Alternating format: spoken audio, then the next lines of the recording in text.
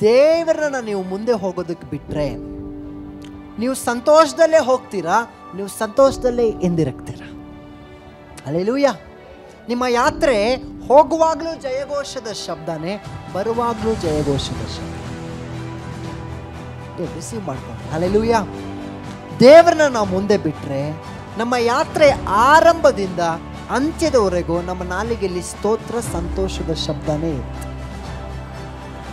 ವಚನ ಹೀಗೆ ಹೇಳ್ತಿದೆ, ಯೆಹೋವನು ತಮಗೆ ಶತ್ರುಗಳ ಮೇಲೆ ಜಯವನ್ನು ಅನುಗ್ರಹಿಸಿದ್ದಾನೆಂದು ಜಯಘೋಷ ಮಾಡುತ್ತಾ. ಅದರ ಆರಂಭನೂ ನಿರ್ಭಯದಲ್ಲಿರುತ್ತೆ, ಅದರ ಅಂತ್ಯನೂ ನಿರ್ಭಯದಲ್ಲಿ. ಹಲ್ಲೆಲೂಯಾ. ಅದರ ಆರಂಭನೂ ನಿನ್ನ ವಿಶ್ವಾಸದಲ್ಲಿ ಸ್ಟಾರ್ಟ್ ಮಾಡಿದ್ರೆ ಅದರ ಅಂತ್ಯನೂ ವಿಶ್ವಾಸದಲ್ಲಿ ಮುಗಿಸ್ತೀನಿ.